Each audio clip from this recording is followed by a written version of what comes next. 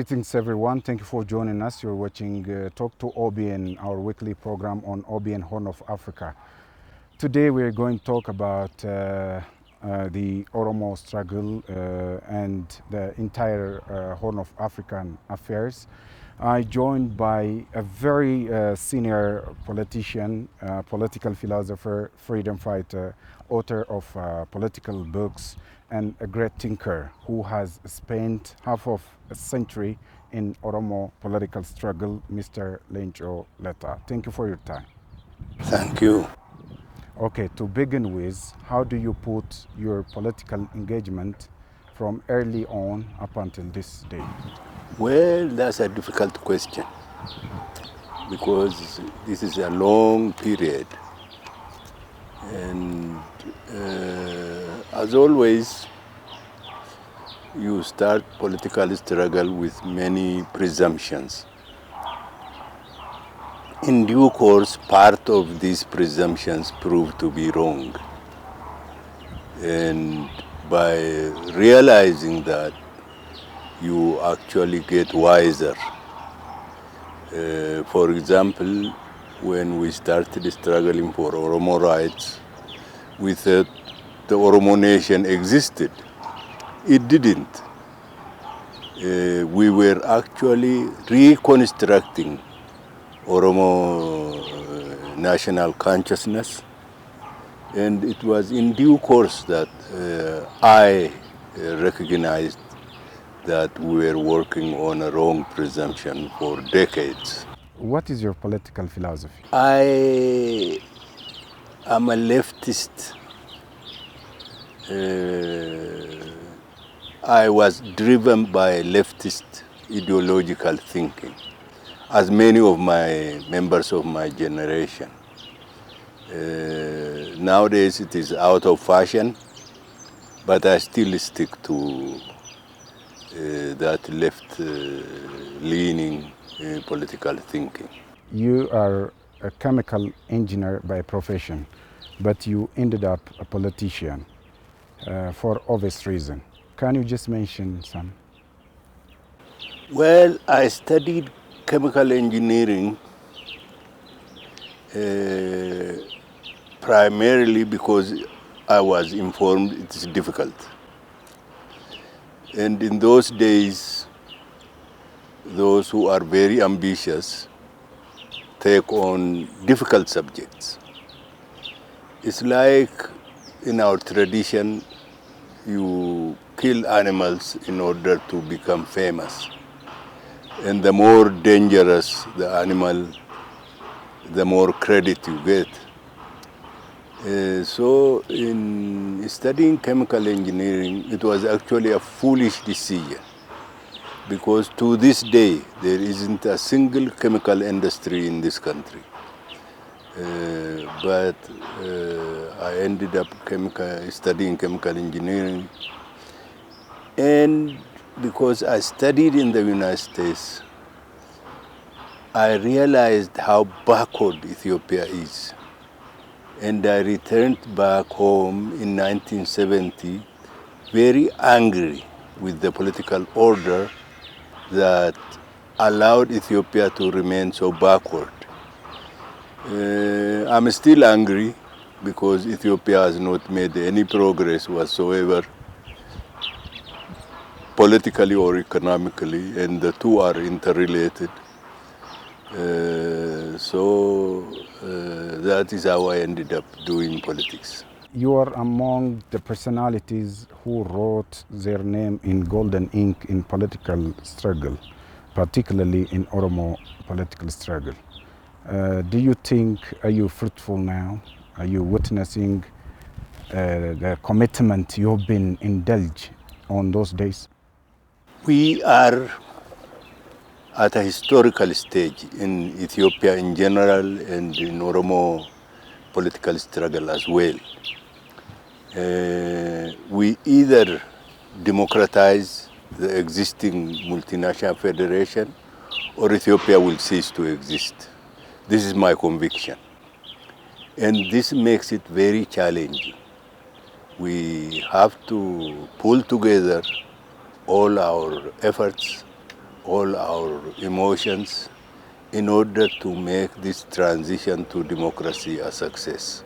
Most political actors in Ethiopia known with very polarized political thoughts and ideologies. What ought to be done to bring and to halt these political polarities? Well, I think young people simplify their political agenda, as I did when I was younger. The Horn of Africa is a unique region in Africa, unique sub-region in many respects. One, it is not just the regimes that are challenged, but the states are also challenged, internally as well as externally. Number two, political developments in one region reverberates across the entire region. Thirdly, Ethiopia is central to the Horn of Africa, and Oromo is central to Ethiopia.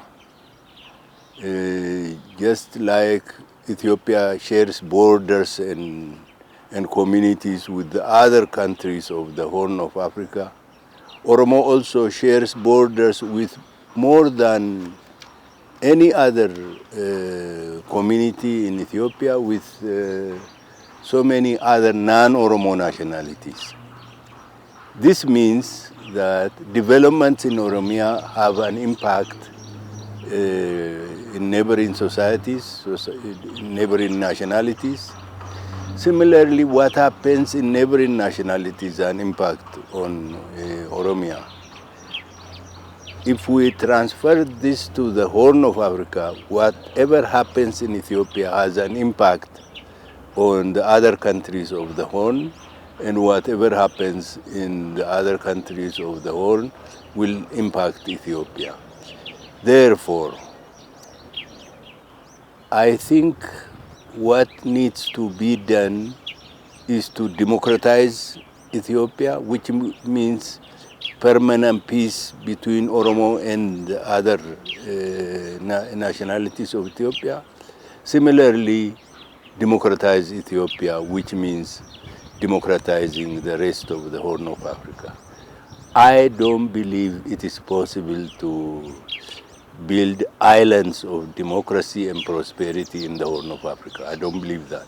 So, what is the gesture of democratizing Ethiopia this time? Right now, we have come a long way to democratize Ethiopia. But still, much remains. Number one, perhaps to me, the most important is having democratic political parties, internally democratic political parties. Only when that is achieved can we democratize, because you cannot democratize in a situation in which there are no democratic political parties. And under the prevailing situation, currently prevailing situation in Ethiopia, there isn't a single political party, leave alone democratic. What we have are well-known individuals and their admirers. We have to rethink this. We have to create democratic political parties. In addition to that, the state itself has to be restructured. By that I mean there has to be a distinction between state institutions and administration institutions, which means we have to build institutions. And we have to disentangle ruling parties and state institutions. And this can be done if the consciousness is there, if the determination is there, very easily. In your book, The Horn of Africa as a Common Homeland, you put so many thoughts there. To begin with the title of the book, what does it mean by the Horn of Africa as a homeland, as a common homeland? Well, one of the peculiarities of the Horn of Africa in the entire continent is the fact that more than anywhere else, the invocation of self-determination is prevalent here. The rest of Africa has not faced this challenge. Why? Because how the states were created. Here, the states in the Horn of Africa, states were created in a very interactive fashion. The formation of one state affected the future of another. And in the middle of this, there is Ethiopia that was not colonized by foreign powers, but there was an internal domination. And this is connected with how the neighboring states were created. Yeah, you've mentioned that Oromo is, highly allied with that of Sudan, the people of Somalia, the people of Kenya in your book. Culturally, you see, in many ways, in an angle of anthropology and everything. Can you elaborate that for me? Well, the Oromo is the center of Ethiopia. Ethiopia is the center of the Horn of Africa, and it emerged much earlier than the other neighboring countries. Regarding the Oromo, we shared an articulation of self-determination with Somali leadership, different from others. But it was aborted by the invasion of Ziad Barre, right? Yeah. In your book, yeah. The Siad Barre government wanted to extend Somalia all the way to the Rift Valley, to Adama. In the process, it ran into conflict with Eastern Oromos, which is also Muslim, and a neighboring Muslim society claimed it. As a result, what could have been an alliance turned into conflict. And in the process of resolving that, I realized that the Oromo question is not restricted to Ethiopia alone. It affects the neighboring countries. Therefore, the only way we can get out of this is if we take a region-wide view and create structures that allow participation, political participation, at the village level, at the region level, and at the Horn of Africa level. This was written more than 20 years ago.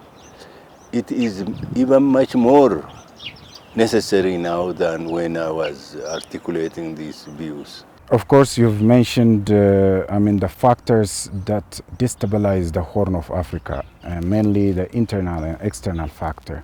Many critics oftentimes mention that Horn of Africa is very important geopolitically speaking. Do you believe that? Yeah, I do. In two very important respects. One of the most important sea lanes through which oil and other commodities reach consumer societies passes through the Gulf of Aden, Bab el-Mandeb. This is close to the Horn of Africa, and the Horn of Africa, whatever happens in the Horn of Africa can impact this sea lane. Number two, most of the water that feeds rivers that flow northward or eastward, originate from this highland area, and this is a cross-border issue.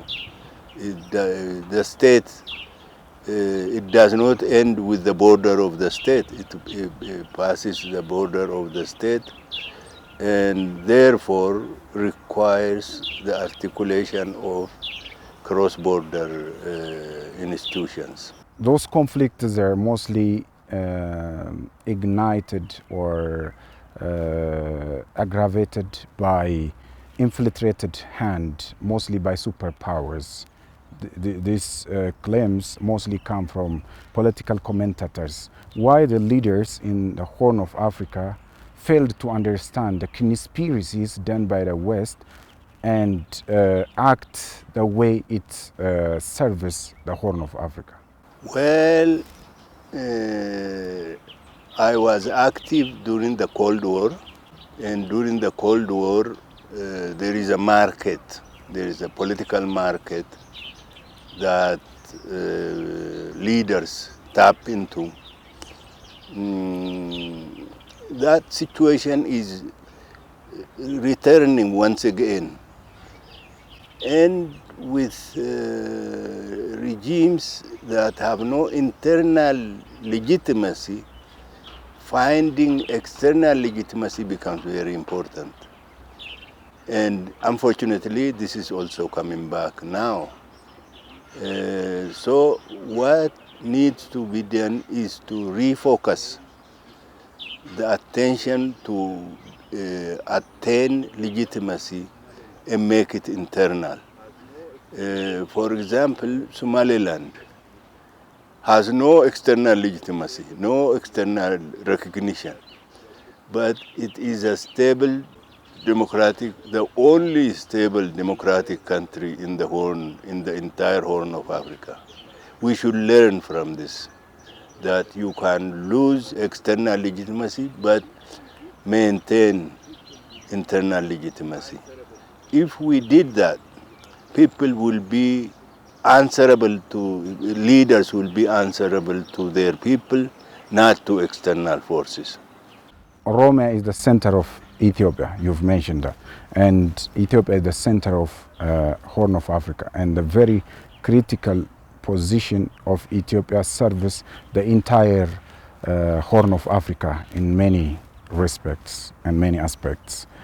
What ought to be done to have these inductive flows, both politically and economic-wise? First, Ethiopia should be democratized. The multinational, the presently prevailing multinational federation should be democratized. And for democracy to be attained and become sustainable in Ethiopia, it has to spread to the rest of the Horn region.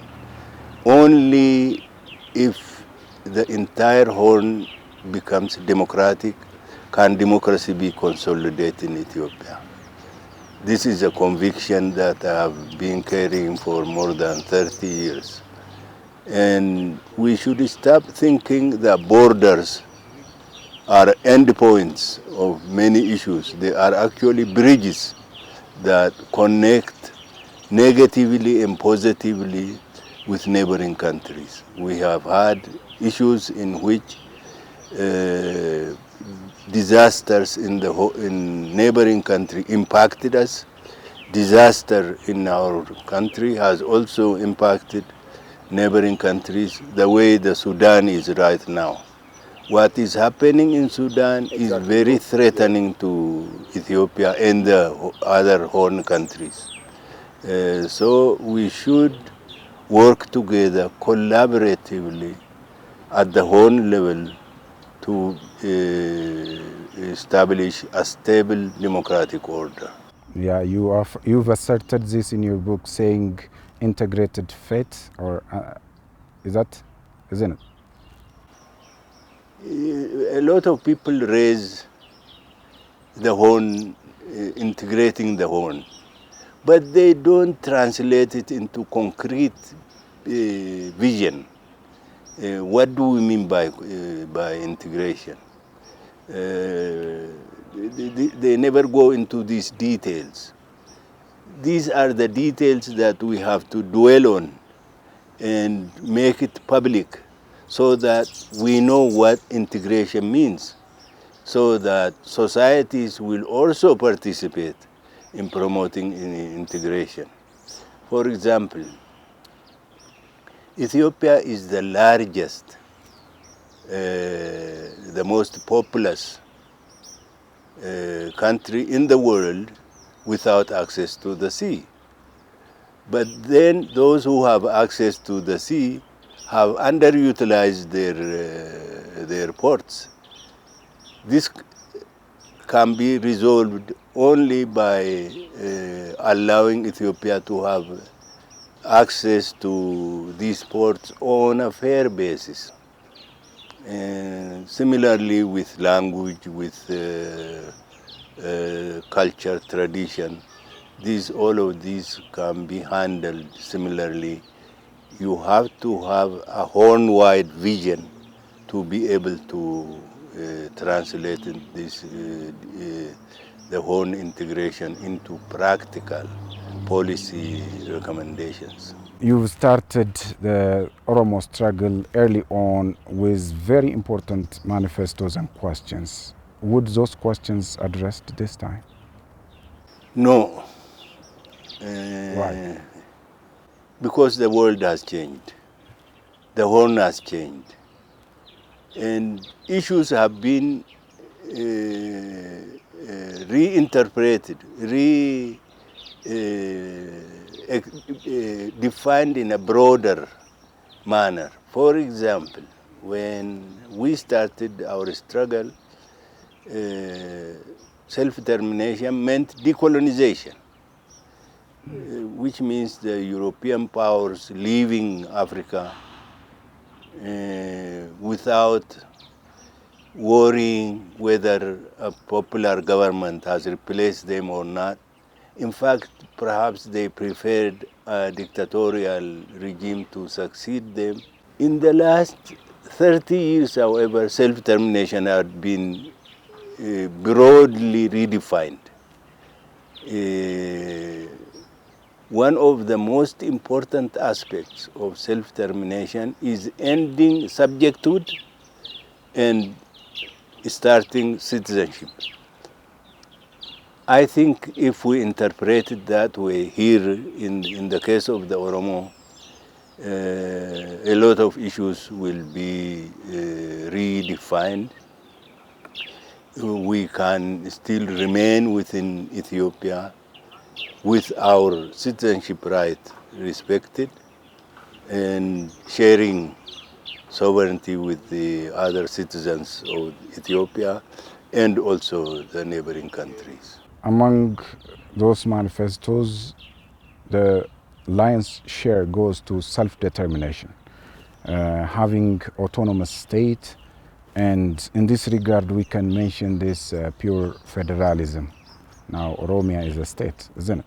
And when it comes to having this own, one's own alphabet, language, education, political engagement, don't you think those questions entertained this time?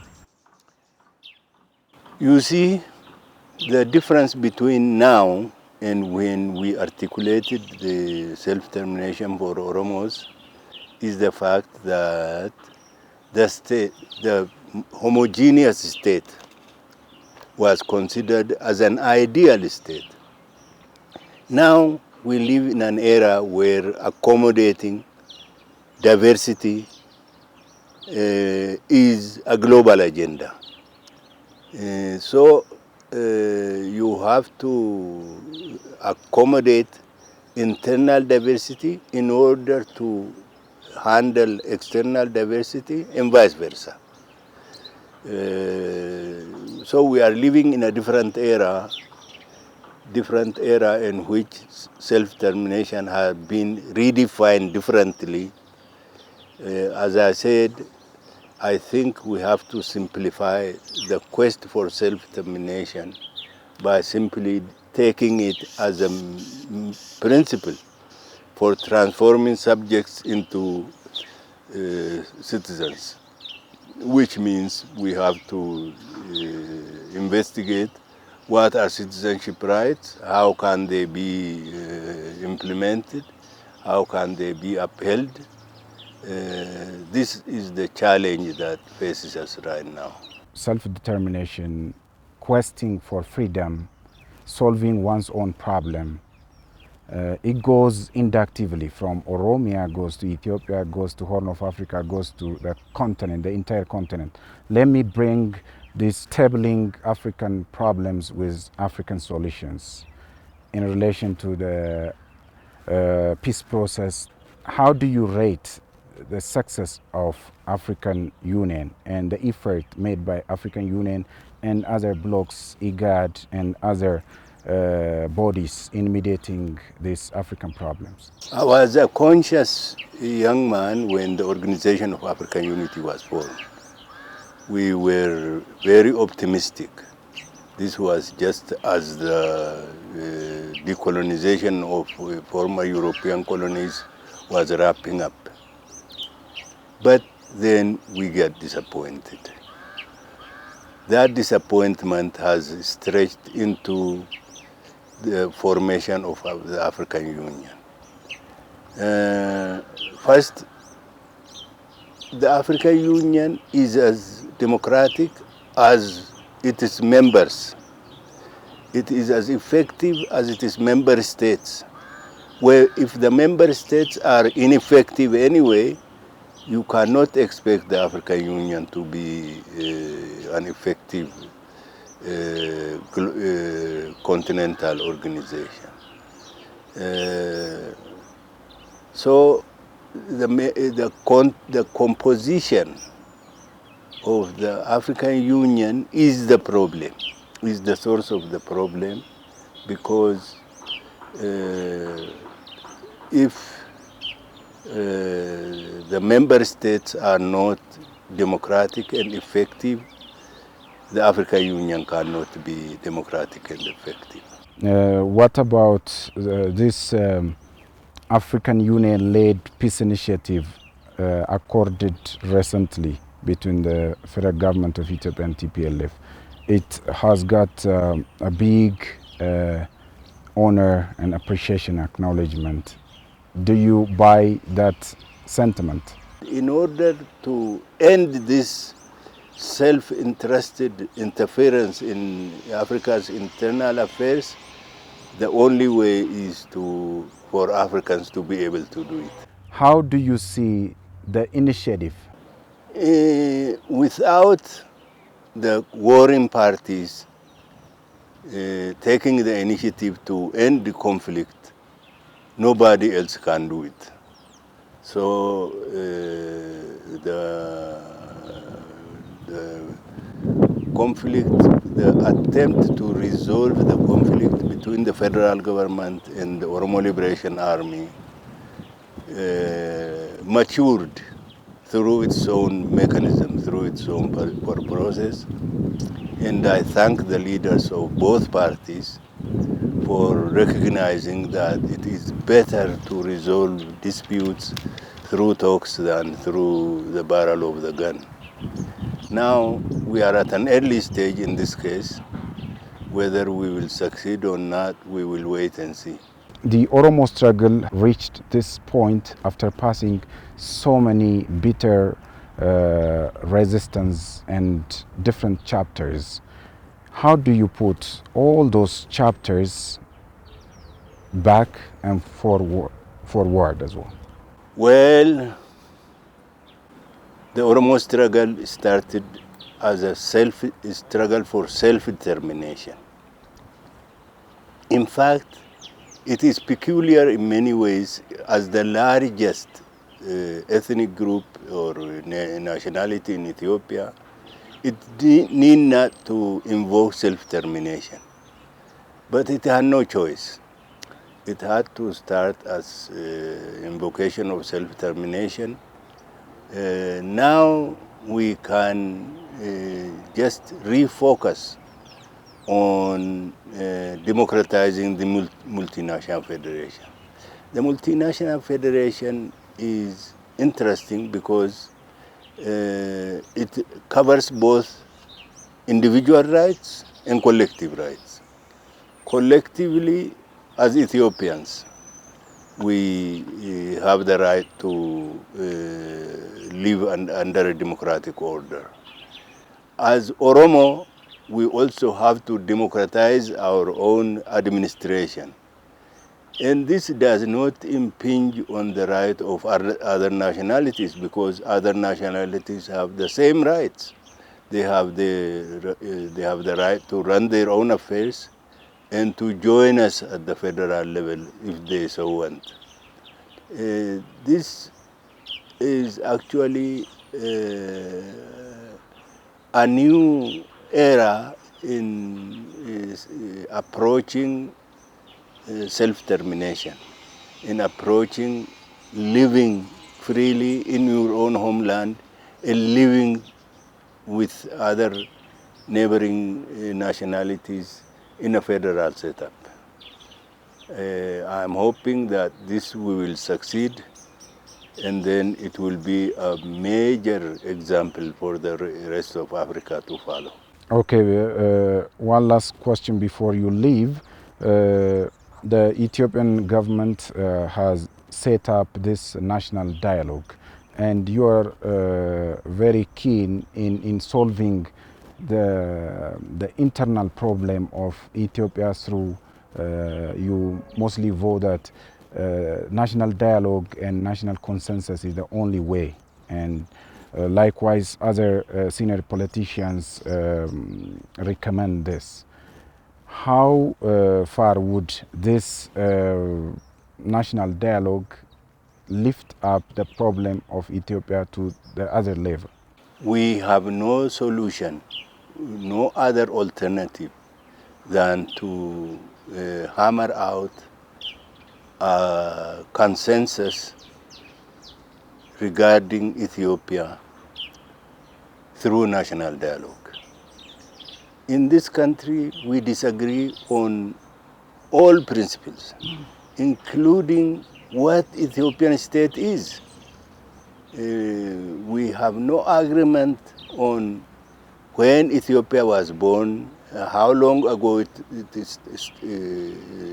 started, and what kind of a state it is. There are those who believe Ethiopia is a single language, culture, nation state. There are those who are still convinced Ethiopia is an empire. And those of us who believe that Ethiopia can be rescued by being democratized as a multinational federation, believe it's a multinational state. Therefore, the only way to sustain Ethiopia is by democratizing this multinational federation.